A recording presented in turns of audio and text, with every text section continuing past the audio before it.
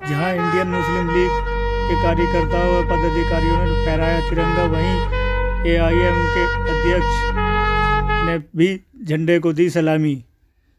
जहां Indian Muslim league के सभी कार्यकर्ता व पदाधिकारी उपस्थित रहे, वहीं ओवैसी जी की पार्टी इत्तेहाद के भी सभी कार्यकर्ता व पदाधिकारी उपस्थित रहे। सभी का मकसद यही था कि इत्तेहाद को बनाना। पेश कर रहा हूँ और मैं उम्मीद करता हूँ इंशाल्लाह सब ऐसी हंसी खुशी अपनी जिंदगी गुजारे और उम्मीद करता हूँ कि इस पार्टी से जुड़े, क्योंकि हिंदुस्तान में इत्तेहाद की ताकत है।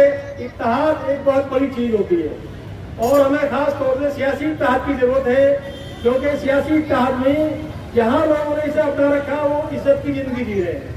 मेरा कहने का मतलब ये है कि अगर हम यहाँ मुस्लिम लीग से मुत्तहिद हो गए, हमारे मुस्लिम लीग की हुकूमत आई, इंशाल्लाह तो हम सबके साथ इंसाफ करेंगे।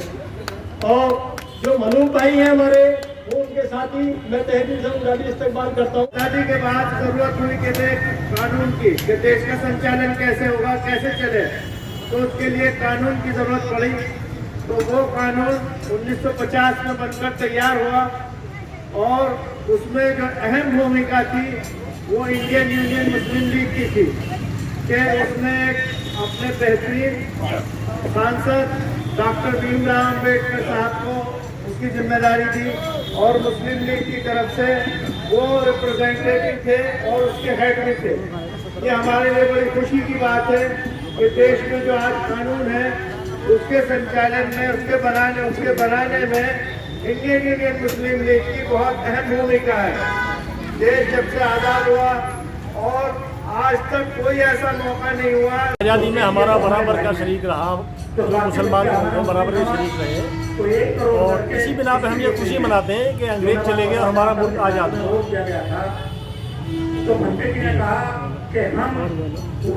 हम ये खुशी मनाते हैं अपनी पार्टी की तरफ से। हम सभी देशवासियों को इसकी दिली मुबारकबाद देते हैं कि हमारा देश आज़ाद हुआ। आज के दिन सन 50 में संविधान नाफिज हुआ और बेइंतहा हमारी पार्टी की तरफ से हम देशवासियों को एक खुशी का पैगाम देते हैं। इस यौम जमहूरिया के मौके पर इंडियन यूनियन मुस्लिम लीग की जानिब से सभी अहले वतन को मैं मुबारकबाद पेश करता हूँ। मैं महानगर उपाध्यक्ष इंडियन यूनियन मुस्लिम लीग, और जो देश के अंदर हालात चल रहे हैं उन हालातों के जो जुल्म हो रहा है किसान भाइयों पर, मजलूमों पर, उनकी इंडियन यूनियन मुस्लिम लीग पुरजोर मुखालफत करती है और ये मांग करती है कि सभी के साथ इंसाफ हो और संविधान को लागू किया जाए। किसी और का नाम? मैं इंडियन यूनियन मुस्लिम लीग महानगर पूर्व महासचिव नवाब आलम। मैं ये कहना चाहता हूँ कि जो हमारी जमात है इंडियन यूनियन मुस्लिम लीग, ये इस हिंदुस्तान के अंदर इस कानून, जो संविधान जो बाबा साहब ने लिखा है, उसको पूरी तरह से लागू कराना चाहती है।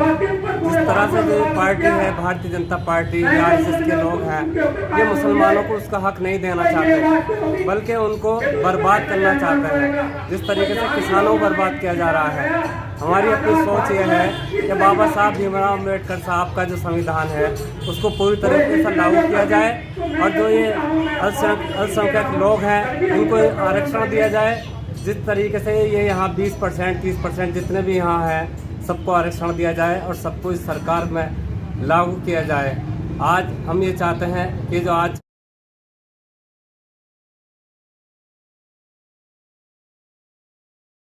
होने के बाद हिंदुस्तान के तरक्याती कामों में हमारा योगदान हो, लेकिन हमें तमाम बार नजरअंदाज किया गया। हमें एक दूसरे दर्जे का शहरी बनाकर रख दिया गया।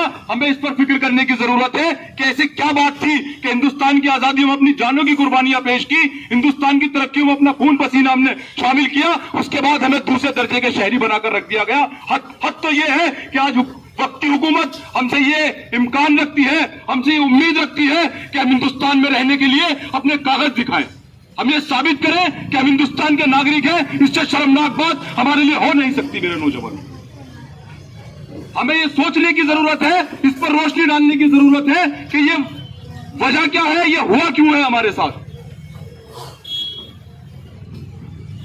जहां तक मैंने अपने बुजुर्गों के कदमों में बैठकर सीखा है, जहां तक मैंने सुना है, जहां तक मैं समझा हूं वो कुछ बातें आपको बताना चाहता हूं मेरे नौजवानों। ये क्यों हुआ है? हिंदुस्तान के संविधान जो आर्टिकल 25, आर्टिकल 21, आर्टिकल 15 हमें बराबर का दर्जा देता है, लेकिन हमें तमाम सियासी रूप से एक किनारे कर दिया गया। इसकी वजह क्या है? क्यों आज हमारे हालात ऐसे हैं? हमें यह कहना पड़ रहा है। क्यों हमसे कहा जाता है कि हिंदुस्तान जिंदाबाद का नारा मारो? अरे हिंदुस्तान जिंदाबाद का नारा तुम्हारे कहने से मारेंगे? हुब्बुल वतनी हमारे खून में है। हमारा कुरान कहता है, हुब्बुल वतनी का पैगाम हमारा कुरान देता है। हमें तुम्हारे सर्टिफिकेट की जरूरत नहीं है। हम तुम्हारे कहने से हिंदुस्तान जिंदाबाद का नारा नहीं मारेंगे। हुआ ये है मेरे नौजवानों, आजादी के बाद कोई तहरीक हमारे पास ऐसी नहीं थी। हमने तमाम पार्टियों को ठुकरा दिया। तमाम मुस्लिम तंजीमों के नाम लिए जा सकते हैं जो उस वक्त काम कर रही थी, उसके बाद भी काम किया है, लेकिन हमारे दिमागों में एक बात बैठा दी गई कि हमारे लिए कांग्रेस का झंडा काफी है, हमारे लिए पंडित जवाहरलाल नेहरू, महात्मा गांधी नेता है। हमें किसी नेता की जरूरत नहीं है, हमें किसी तंजीम की जरूरत नहीं है, हमें किसी झंडे की जरूरत नहीं है। क्यों भाई? हिंदुस्तान का संविधान आपको अपनी बात रखने का अधिकार देता है। हिंदुस्तान का संविधान आपको सियासी रूप से अपना प्लेटफॉर्म बनाने का अधिकार देता है। तो फिर ये किसने हमें बता दिया कि कांग्रेस का झंडा हमारे लिए काफी है? क्या कांग्रेस इस मुल्क की मालिक थी? अरे मालिक हम थे, जिन्होंने अपनी जानों की कुर्बानियां पेश की। हमारे उलमाए किराम थे जो दिल्ली से लेकर लाहौर तक पेड़ों पर उनकी लाशें लटकी हुई थी अंग्रेजों के कत्ल के जरिए। हम थे इस मुल्क के मालिक। हमने कोई तहरीक नहीं थी हमारे पास, हमारे पास कोई तंजीम नहीं थी कि हिंदुस्तान के मुसलमानों को एक सियासी दिशा दे सके, हम सियासी रूप से कामयाबी की तरफ ले जा सके। हमारे पास कोई तंजीम नहीं थी। और जो तंजीम आई, मैं मौलाना साहब का शुक्रिया अदा करता हूं, उन्होंने मेरे दिल की बात कही। जो तंजीमें आई है, जो मुस्लिम फलाहियत की, मुस्लिम सियासी कामयाबी की तरफ जिन्होंने कोशिश की, कभी कहा गया कि इन्हें कांग्रेस ने तैयार किया है, कभी कहा गया इन्हें जनसंघ ने तैयार किया है। 1984 में बीजेपी बनती है, उसके बाद चाहे पीस पार्टी ले लो, एनएलपी ले लो, कोई पार्टी आई हो, और अब मस्जिद इत्तेहादुल मुस्लिमीन आप लोगों के बीच में काम कर रही है। अब कहते हैं ये बीजेपी का एजेंडा। मुझे शर्म आती है उन लोगों पर, मुझे शर्म आती है जो हिंदुस्तान के अंदर रहकर बैरिस्टर असदुद्दीन ओवैसी को बीजेपी का एजेंट बताते हैं। बहुत सारी बहुत तवील बातें हो सकती हैं इस पर। इल्जाम लगाना एक बात है, इल्जाम को साबित करना दूसरी बात है। इल्जाम साबित नहीं हो सकता। और मैं बताना चाहता हूं, ये कौन कहते हैं हमें बीजेपी का एजेंट? बीजेपी का एजेंट हमें वो कहते हैं जिनकी दुकानें बंद होने का खतरा है, जो ये जानते हैं हिंदुस्तान का मुसलमान अगर बैरिस्टर असदुद्दीन ओवैसी के पीछे लामबंद हो गया तो हमारी दुकानें बंद हो जाएंगी। ये आजम खान का जिक्र हो रहा था, मैं किसी पर्टिकुलर आदमी का नाम लेकर उस पर तरकीद नहीं करूंगा। हमारी लड़ाई सोच की है, हमारी लड़ाई सोच की है मेरे दोस्तों। हम सियासी रूप से कैसे मुत्तहिद हो, हमारी ये सोच होनी चाहिए। हमारे नौजवान, आज हालात ये हैं, अगर मेरी बात गलत हो तो आप कहिए, आज हालात ये हैं, हम दाली टोपी लगाकर अपने शहर के दूसरे कोने में जाने से डर रहे हैं। हालात ये है, आज वहां पर एक निजाम बनाया गया, एक बाकायदा तंजीमी निजाम बनाया गया। वहां पर 6 साल का, 7 साल का, 8 साल का बच्चा आरएसएस की शाखा में जाकर ट्रेनिंग ले रहा है। जिस बच्चे ने, सोचो, जो बच्चा 8 साल का होगा और 12 साल पहले जो आरएसएस स्कूल में पढ़ा होगा, आज उसके दिमाग की हालत सोच कर देखिए कितना जहर उसके अंदर भर दिया गया होगा। हमें उसी जहर से लड़ने की जरूरत है। साथियों, वक्त का में साथी और भी हैं और आप लोग काफी बैठे भी हैं सुबह से, कि मैं आप लोगों से सिर्फ इतना ही कहना चाहूंगा कि आज जो हम लोगों की हालत है उसकी जिम्मेदारी हमारी एक एजुकेशन भी है, कि हम लोगों ने एक सोच बना ली है कि हमें नौकरी तो मिलती नहीं है कि बच्चों को पढ़ाकर करेंगे क्या। हमें ये सोच खत्म करनी है। आज सब लोग जानते हैं और मानते भी हैं कि अगर आज हमारी बेटी या बहन को कोई आंख उठा कर देख ले तो हमें गवारा नहीं होता, भूल करने पर हम आधा हो जाते हैं। लेकिन जब हमारी बहनें बीमार होती हैं तो उन्हीं का हाथ हम एक जैन डॉक्टर का हाथ में दे देते हैं, उसके कमरे में भेज देते हैं और ये भूल जाते हैं कि वो मर जाए, वो हमारी बहन है। लेकिन इस चीज को खत्म करने के लिए मेरे भाइयों, हमें अपनी बहनों को, बेटियों को एजुकेशन देनी पड़ेगी कि हमारी माँ बहन का हाथ कोई और न देख के हमारी बहन देखे। ऐसा नहीं है कि हमारे गांव में लोगों को नौकरी नहीं मिलती। अभी पिछले साल यूपी के अंदर 16 लड़के और लड़कियां मुस्लिम जज बनकर जुडिशरी में बैठे हैं। आप लोग तैयारी करेंगे इंशाल्लाह।